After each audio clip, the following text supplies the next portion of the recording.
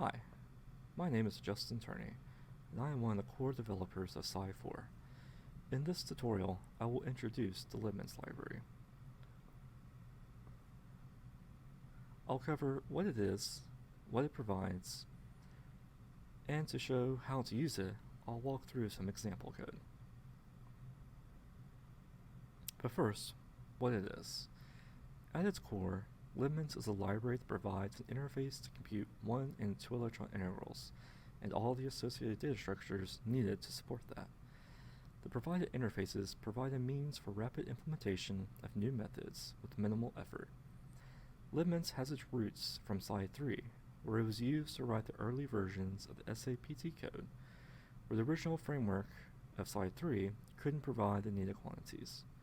When work started on Sci4 over 10 years ago, it was quickly moved into being a core library from which new method development started from.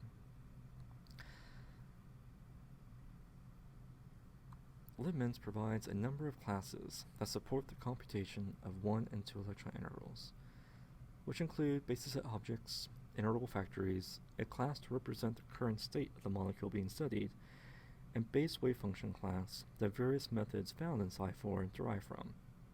But at its heart, libmints is a simple interface for computing integrals. These integrals are either computed internally by libmints or through external integral libraries, specifically libin2 by Ed Valeev or Simmons by Ben Pritchard.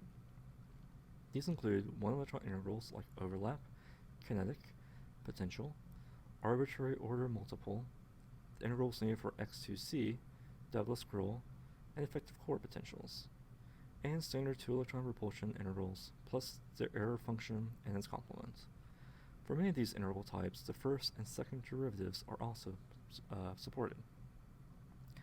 libmints also provides a matrix class that understands symmetry operations and how to interface with Python's NumPy library.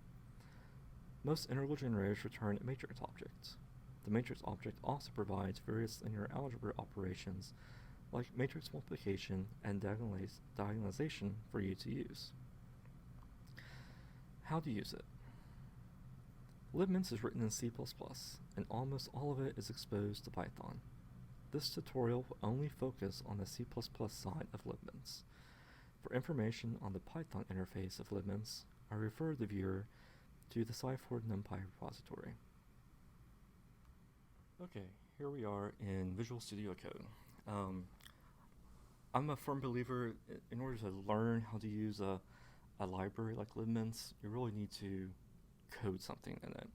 And so as you can see from this window here, we're actually going to code Hartree Fock from start to finish. We are going to use libmints. We're going to use a couple other libraries from Psi to help us out. But this is going to be start from finish. Don't worry, you're not going to be watching me. Well, you are going to be watching me type in a bunch of stuff, but I will fast forward through that, so you're not just sitting there watching me type 100 lines of code and everything. But I will explain everything I'm doing as I go along. So in this case, I already have, as I said, Visual Studio Code open. I have already created my plugin. So this is using Sci4's plugin architecture. I created this one using the wave function template that's listed right here. So you could say Sci4 plugin template wave function, provided a name. In this case, I just said Hartree Fock, and I hit enter, and it created this directory.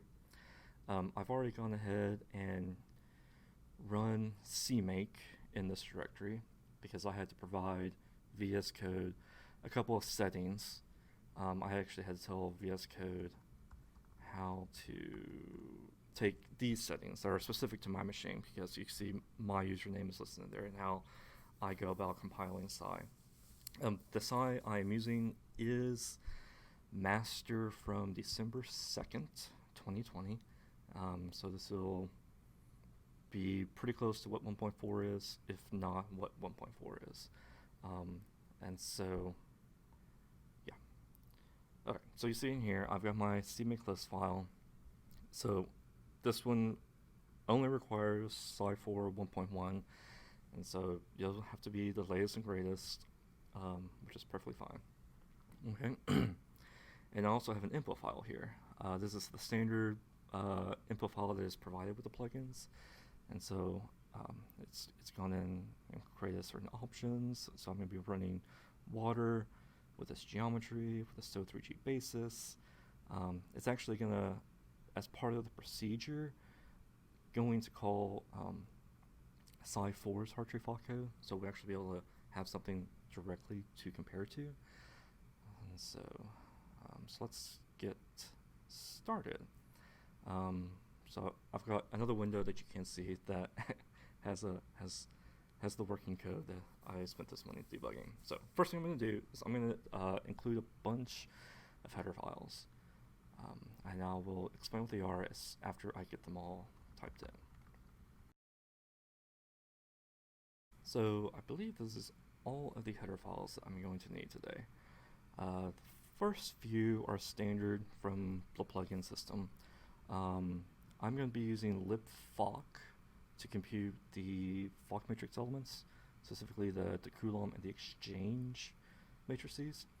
I need to know about basis sets, integrals. We're going to be using libmints' matrix class, which is what all the integral routines use to store their results and everything, and so we work with that. Mints helper is a very nice wrapper, a helper class that provides functions that all they do is they just return you the integral matrix. You don't have to do a whole lot of the nitty-gritty detail. We need to know the molecule, and we need this a vector class because we will be diagonalizing matrices, and this will just store the eigenvalues. Okay. Now, this function I added earlier, and so all this is going to do is be responsible for computing the Hartree-Fock energy. We will code that up here in a second. But like the normal one that you get from the plugin system is this compute energy. And if we implement the compute energy correctly, Psi will automatically know how to optimize the geometry with your new method, do frequencies with your new method, all sorts of stuff, as long as you provide it, implement this correctly, and return a final total energy, which we will do. Okay. Next, there are a bunch of variables I'm going to need to know about. So I'm going to go ahead and put these in.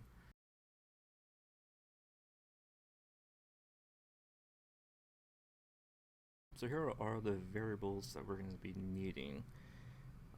Well, some of the variables, not all of the variables. So these first few, the max iter, print, econvergence, and deconvergence, those are going to come from your input file, and so we'll get those plugged in here shortly.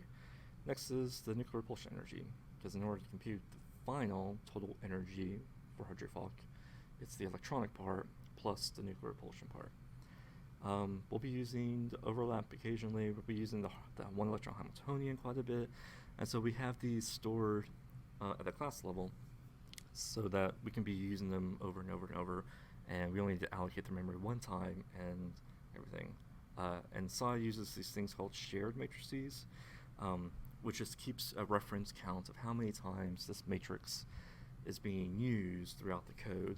And once the reference count becomes 0, it automatically is released. So it's very nice. And then so we got the overlap, we got one electron Hamiltonian, the orthogonalizer, the Fock matrix, the transformed Fock matrix, MO coefficients, occupy part of the MO coefficients, the density matrix, and then the JK object from libfoc. Okay. Now we go into well, let's go ahead and come down here to the read options. Now I've already gone in here and I've typed in our various input options. So we got the print level, and it's going to default to 1, and it's integer. The energy convergence is a double variable, and it's going to be defaulting to 1.0 10 to the minus 10. Okay. And same thing for deconvergence. It's the density, it's a double. We're going to converge it not as tight to 10 to the minus 6. And for the maximum number of iterations we're going to allow, we'll say at 50, stop. Okay. Now all these things we can change in our info file, but we have to provide defaults to Sci4 in case the user doesn't have those in his info file. Okay. So the next thing we need to do is actually read in those options. So here this is how Psi takes care of reading the options in. Now we have to get from Psi the actual values from the input. Okay, so here I've read in the options from Sci4's options library. And the thing you need to remember is these need to match what you said down here under the read options. And if the user doesn't provide this in the info file, Psi will give you the default value here. So now we need to set up some variables, provide some common printing stuff. So we have this thing called common init. It's not a requirement in your code, but in this case, what I'm going to do here is I'm going to print out a molecule, like the geometry that we're going to be computing. I'm going to print out basis set information. I'm going to go ahead and compute the nuclear repulsion energy and form some of the 1 electron integrals and set up libfoc. Okay, so the first step is we're going to print out the molecule. And since the basis set can, depending on what's your basis set, if it's a large basis, it can be very verbose. So I'm going to throw this into a print level block. Now let's compute the nuclear repulsion energy. This will compute the nuclear repulsion energy for the molecule and with no field. You can apply a field if you want to, but I don't want to apply a field here. And let's print out the nuclear repulsion energy. Next thing we're going to do is we're going to compute the 1 electron integrals. And Sci4's libmints library has a very nice helper class called mints helper that takes care of doing this all for us. So there we go. That's all we have to do to create the mints helper. The wave function that we got sent in by Sci4 has a basis set object associated with it, and so we just need to tell mints helper about it. In order to compute the overlap, it's very simple. We say the variable that we want to store it to, call the mints helper, and say so overlap. Now you probably saw in that little pop-up that Psi provides a number of different integrals. So just have to choose the one that you want. So I'm going to compute the 1 electron Hamiltonian. I'm going to do it in 2 steps. So I'm going to say, give me the kinetic, and to that, I'm going to add the potential. Okay. Now, one thing to see here is this is called SO overlap, SO kinetic, SO potential. These matrices that you're going to get from the mints helper are going to have symmetry information associated with it. So if you're running water at C2V symmetry, this is actually going to return you a compound matrix that has 4 subblocks to it. And the nice thing with libmints and using all the technology that's in there is you really don't need to know the symmetry information if you're just using these basic matrices and all that stuff. So this Hartree fault code that we're writing, you could run in C1 symmetry, you could run it in C2V symmetry, you can run it whatever symmetry you want that Sci4 supports and that your molecule supports. So here we have our 1 electron Hamiltonian. So since these can be very large matrices, depending on the basis, let's protect that. Let's print them out, but protect them at a higher print level. And we're going to use Sci4's libfoc library to compute the Coulomb and exchange matrices. And it does it very efficiently. It has several different algorithms in it for like PK and whatnot, direct, allocore, all sorts of different algorithms. And it will pick the best one based on user options and memory that you have available to it. And since the JK object knows how to do density fitting, we need to tell it that we don't want density fitting. So that's how we do that. We say we pass an empty basis set object. Let's set the memory, and we need to initialize it. And let's go ahead and print out the header from libfoc. And this will tell us what algorithm and how much memory, how many threads it's going to use. Okay, nice. So let's add, next thing, let's add that function that computed the electronic energy. For this, it's 1 electron Hamiltonian plus your Fock matrix and dot it against your density. So let's do that. So let's clone, because we're going to be adding the Fock matrix to the 1 electron Hamiltonian. So we should clone it so we don't corrupt it. Now add Fock matrix.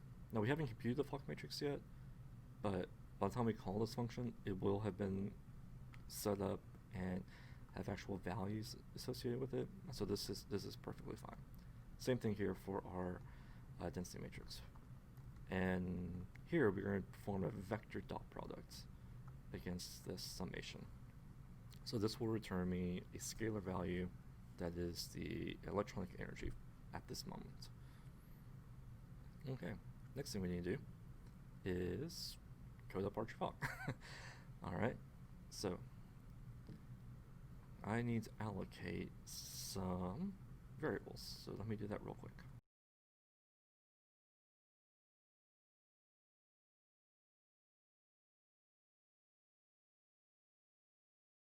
So here are the variables that we need for our Fock code. So each matrix, we can actually give it a name, so then when we print it out, it will show this name as well. And then these are the dimensions, the row, column for the matrix.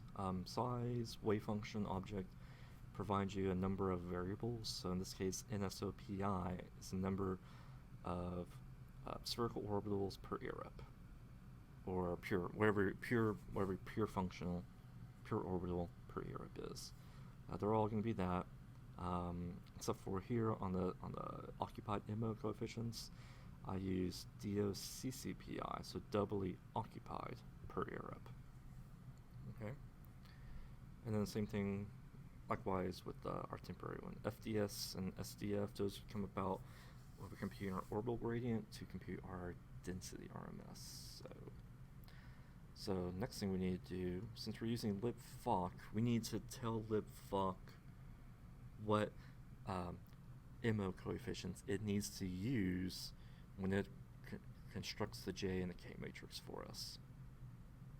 So let's do that. So here we've told libfoc, our JK object, about our occupied MO coefficient matrix. The JK object is very generalized, so you can handle different MO coefficient matrices for the left side or the right side. So since I'm just changing the left, it's smart enough to realize that the right is going to be the same. Okay. Now let's form our Orthogonalizer, which is our S to the minus 1/2. And Sci4 has libmints matrix provides a function that will do a matrix power. Orthogonalizer's power, and then minus 0.5. Perfect. Now let's form our initial Fock matrix. So we're going to copy our Hamiltonian, 1 electron Hamiltonian. We're going to transform it into that orthonormal basis with our Orthogonalizer. So F. So that's doing a step of the X transpose Fx, all in one step for you. Now we need to diagonalize it to get our initial orbitals. And we want to sort them ascending by orbital energy, our eigenvalues. Perfect. So now let's form our C matrices. Let's transform our C matrices from that orthonormal basis back into the raw AO basis. The matrix object provides a wrapper to dgem from BLAS, so then we just have to provide it everything we need. So we actually don't need to transform A or B. We don't want to scale it, so we say 1 Our matrix A is our orthogonalizer, and our matrix B is our eigenvectors. And if there's anything in our target matrix, we're going to zero it out. So now we have our coefficients. So let's grab out our occupied orbitals from that. And we are going to use the slicing mechanism from the matrix class. Okay, so you see here so say slice for the rows, slice for the columns. So up above, I had defined a dimension objects of 0, and that gave it the number of ear reps. Okay, so it's just, in this case, it's going to be 4 ear reps. They're all going to be of 0 length. But we just have to tell the get block, the slice, where it's supposed to start. So it's going to start at 0. We want all rows. So I say NSOPI. Columns, I only want the doubly occupied ones. Perfect. So, oh, and I got a typo here. VS Code is telling me. So now, CO is our occupied orbitals. Let's form our density matrix. That is our initial density matrix. Let's go ahead and print that information out. Now let's start our iterations. We need to keep track of where we are. Are we converged? And we need to compute our electronic energy. I'm going to copy and paste in the header. Copy from another file I have open. So it's going to keep track of our iteration, the total energy, the delta energy, and the orbital gradient at that point. So we copy the 1 electron Hamiltonian to the Fock matrix. Now we need to tell the JK object to compute the J and the K matrices. Very easy. JK compute. That's all there is. Now we need to get those matrices from the JK object. Now we form a new Fock matrix, which is F is equal to 2 times J minus K. Let's do it.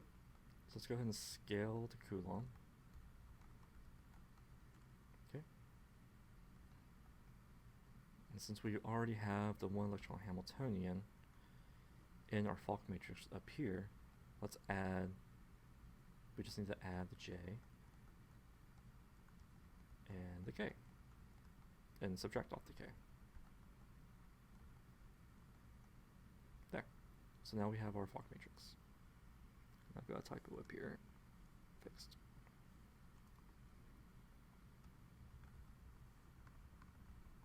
Now we compute a new energy.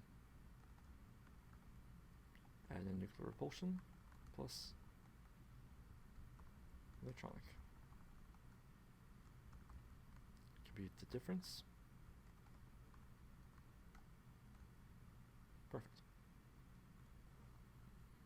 Now we're going to compute the orbital gradient, which is SDF minus SDF. FDS minus SDF. I'm going to show you 2 different ways of doing this. First is using the gem. So say false, false, 1, the D, the S, and 0 out the buffer. And I'm storing this in the temp. I'm going to call gem again.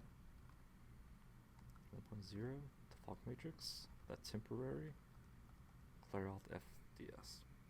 That's one way of doing it.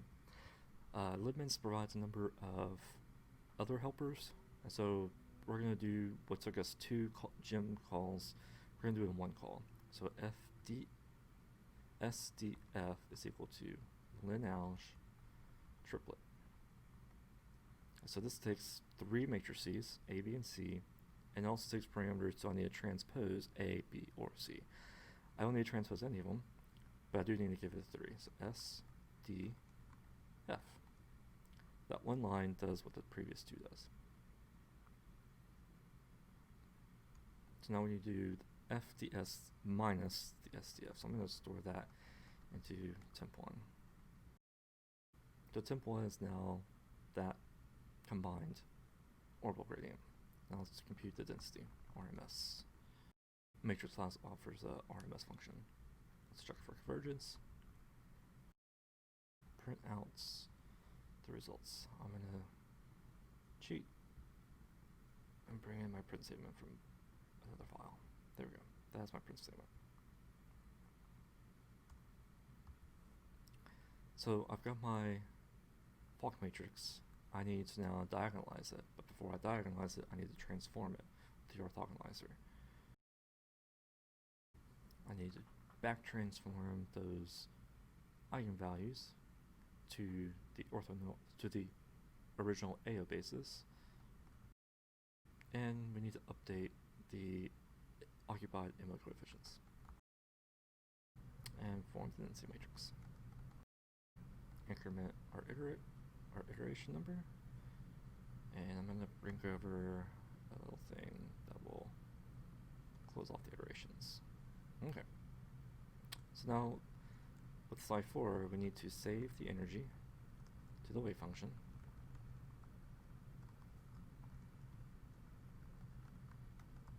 There we go. And we also need to return that energy.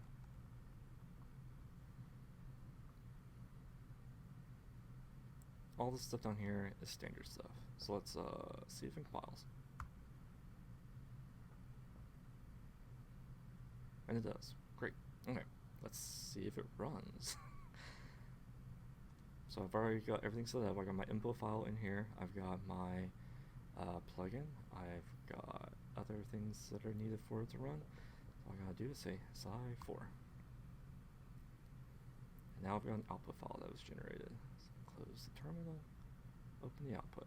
So here's the standard header. This is just because I am running from Git. So now we go down. The first thing it did was run Sci4's Hartree fault code. And you see Sci4 ran in C2V symmetry, which our code is actually going to run in C2V symmetry as well. It used the PK algorithm.